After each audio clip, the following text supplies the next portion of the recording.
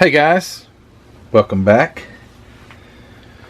So recently I did a video, or a little haul video, of some stuff that I was so excited that I found at Hobby Lobby, and it was all this Aluma-Res that was on sale for like, what, it was regular 20 and it was on sale 7. It was all really cheap. I bought the whole big gigantic kit that was $50 for 20 bucks, and I bought some other stuff. Well, unfortunately, some of that stuff wasn't any good. So let me grab one of these. Yeah, some of it wasn't any good. I don't know if it was the activator or what, but I was so darn excited. And I called my friend Fred Henry, and I talked with Lucas C. and was asking questions and getting it all going. And I mixed me up some quick set RVT silicone with the activator, and waited and waited and waited and waited and waited and waited a little longer. And I reached out to Fred Henry and I said, "How long does it take?" "Oh, just wait, Matt." That's very optimistic Fred was. Just, "Oh man, you got to give some time." Well, about 3 days later, I still had just goo. It never set. Yes, I did mix it properly.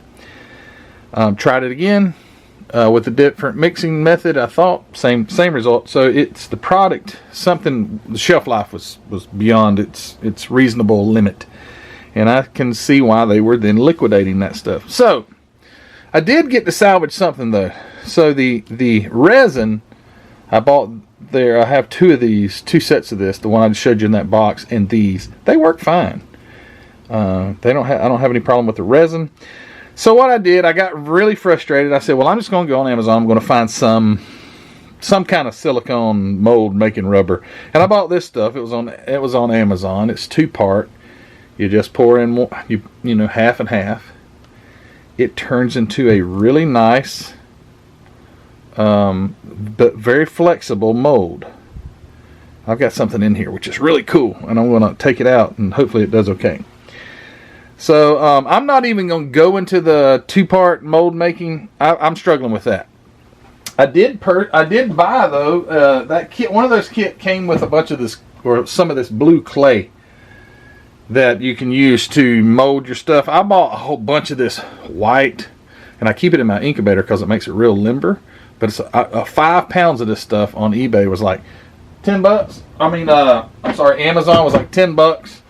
So I'm stocking up. I've got some supplies. I bought some mold release, so it will like help the part turn loose from the mold. I bought 100 of these syringes because I've been playing around with the 2-piece mold stuff and trying to get that resin to run down into those molds. I found it near impossible. So I said, well, I'll force feed it. These seem to work pretty good. You got to throw them away every time though, because they get the resin in there. It's no good. But I'm just going to talk about really quick what I did, what I've got in here right now. So recently on a haul video, I showed you that I bought a resin big block Chevy, and I didn't buy it for this particular reason. I've got a purpose for the engine. It's going to go in my Olds 442, but these things are very highly detailed, and I was like, man, I wonder if there's any way that I could get this in a mold and like make a mold of it, not to sell, because I don't think that would be right. I bought it. This guy, whoever makes them, but I'm like, can I make myself another one? Especially the heads, cylinder heads. Let me see if I can get this baby to, well, if it would focus, you'd see it says 572 Chevy. You've seen those valve covers, very detailed head, valve cover, and all this stuff. And I'm like, dang man, it'd be awesome to actually like try it. The supercharger, it's got some places like, I don't know if I can do it yet, but I tried the block, the transmission, the heads, and the oil pan. I made a mold. So what I did, and now see, here's where I may be making a mistake. I'm telling you how I did something, and it's like my first try, and I'm going to get the guys who are professionals at this say, you did this wrong, you did this wrong. Just hear me out, okay? This is how I just kind of figured it out on my own. Just please, let me at least You know what I mean? So I took these parts because I tried to find parts that were flat, you know, that you could melt down. I took hot glue and I just glued them into the bottom. These are out of those Stanley like little compartment totes. I cut the top off of this one though. They would have been taller, but I cut the top off just to make it a little more thin. And I hot glued the parts in here with the flat side down. Actually, this one still has hot glue on the bottom. So I hot glued them all down, just like so. And I poured this Magic Fly silicone rubber in there. Non-toxic and bubble-free. That is false advertisement. It does have bubbles. I haven't got the vacuum chamber and all that stuff yet, which you need to get the bubbles out. But anyway, so I put all the parts in there. I poured the resin, let it set. This stuff sets up pretty quick. I mean, you can actually like demold it in or take it out in literally like 6-8 hours. It's good to go. So I did that, and when you take it out, this would be the bottom. So it would be, you could actually see where the end of the transmission. It was almost too thin, but that was the bottom of it.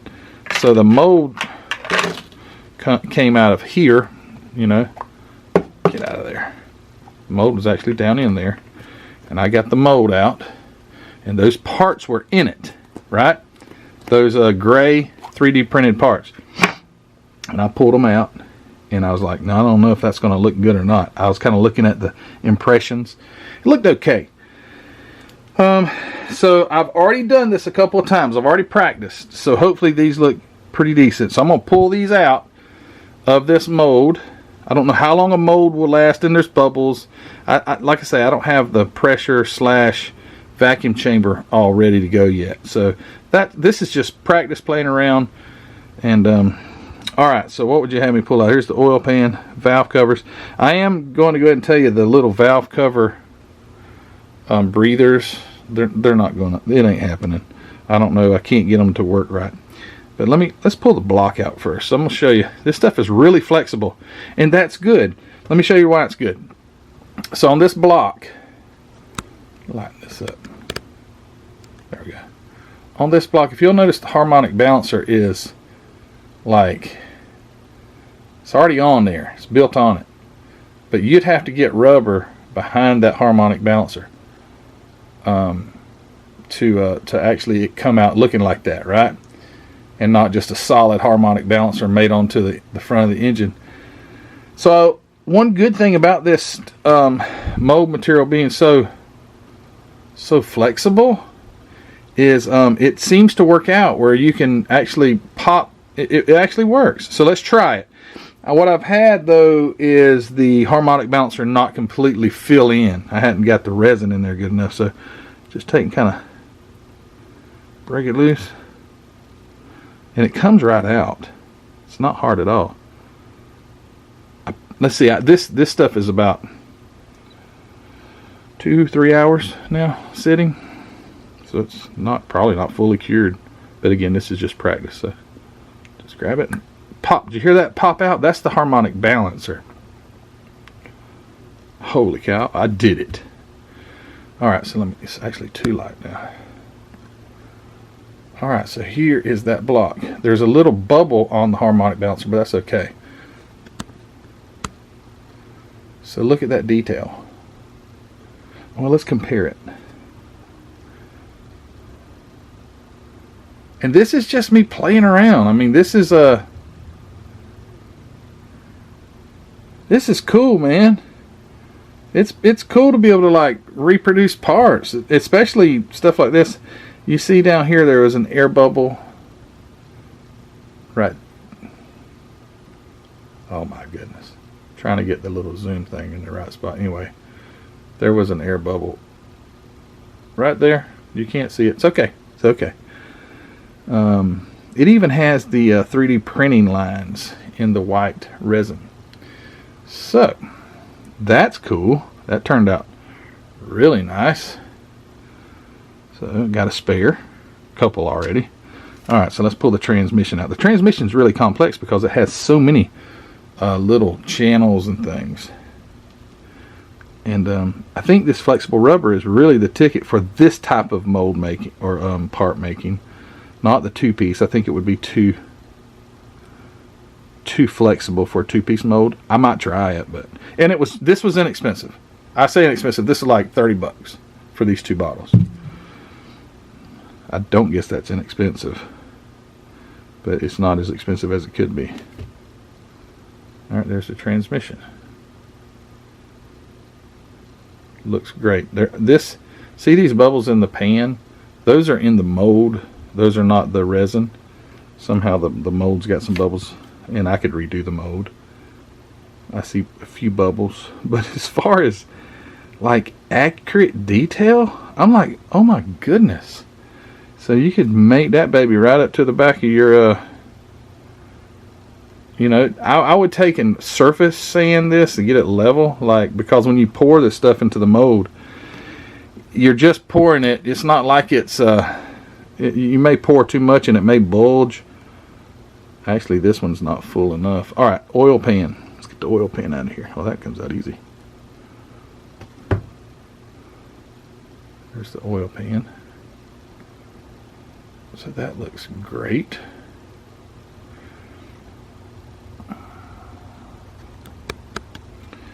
And the cylinder heads, which is my favorite. This is the one that the little breathers always come off, so I'm going to do this one first.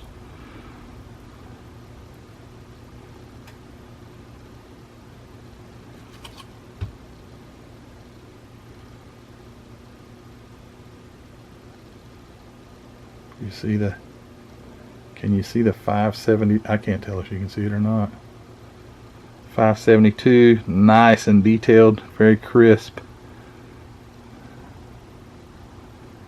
There it is. I think this is so neat. And the one with the 2 valve cover breathers, let's see. They'll break off. They do every single time. I've done this like 3 times already. So, try to get them. Oh, I can see them. Maybe if I could pop them out without them breaking the... You see that? How you can like stretch it open? Come on, come on, come on. All right, I did it. Okay, so.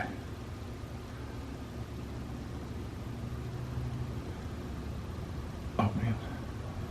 So there you go. A little trimming, a little bubble on the side of one. That's okay. But I actually made it. Actually got those on there. How cool is that? Oh, man, but it's kind of deformed on the front face. But you can clean that up where the headers go. Well, not really. No, this one's a miss. Oh, that's where it wasn't deep enough. I mean, I just told you I didn't pour it deep enough. It didn't capture that, the ribs here on the cylinder heads. But that's okay. This is all practice.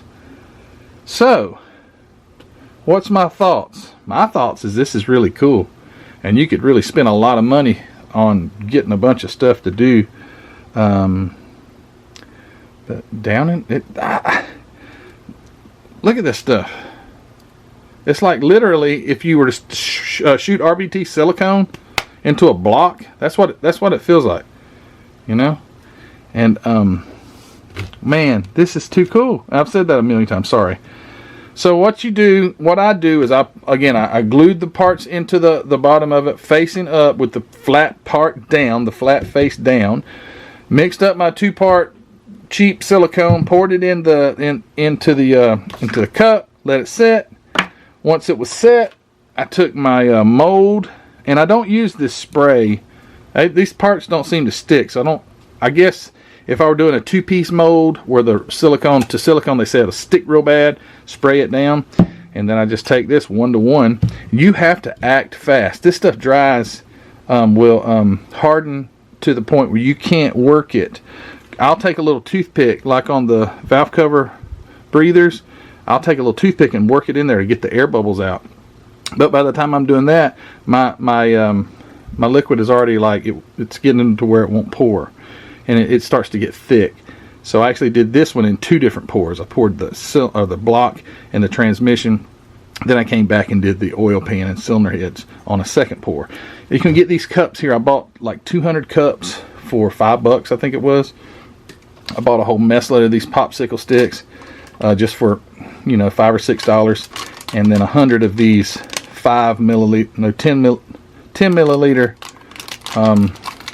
syringes. Suck it up, and then on a 2-piece mold. You don't have to do it on these, but on the 2-piece where you got holes and you need to inject, you can squirt it in there. So anyway, guys, just to update, by no means don't take this video as a how-to. I'm just showing you how I did it, and it seems to at least work pretty good on these simple parts. They're not complex. I haven't figured out how to do the blower belt or the supercharger or anything like that, because it's got some inner working parts that the mold would actually be interwoven in it, and I don't even see how you can get the part out. So I'm trying to figure those things out. But a great way to you know, fairly inexpensive, 30. You'll have 50. You'll have 75. Let's just say $75. I think by the time you could really do something, but. A good way to, if you have a part on a car, let's say you have a great engine you want to, in a certain kit that you want to use again. For instance, like the 67 Chevelle. I'm trying to get some of those parts. I'm trying to do a mold. I'm having a lot of trouble. I'm just, the quality of the mold making stuff I was using is terrible. So I might try to use some of this, but for a 2-piece, I don't know if it'll work. Anyway, off track. Sorry. It's a great way to reproduce parts that are hard to find. If you have them, you could try to reproduce them, and if you can have a master or a nice mold, then you could produce, you know, several of those, and you could have them on hand. But anyway, just a quick update on how my progress is going. I'm not even going to show you my 2-piece mold. It looks terrible. I'm embarrassed. It embarrasses me when nobody's in here and I just look at them like, whoa, like looking around to see if anybody's looking, because it looks so bad. I won't be using it again.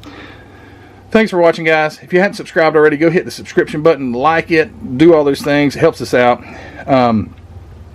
Yeah, so just wanted to update you guys. Go check out Hobby Nut Models, the Facebook group, the Teespring store, and if you're a Patreon, thank you so much. And if you want to join Patreon, links are in the description below. Go check those things out. So, guys, have a great day, and we will see you hopefully when I get one of these glued together. Wouldn't that be cool to glue one of the ones that I casted together? Man. See you guys. Take care. Bye.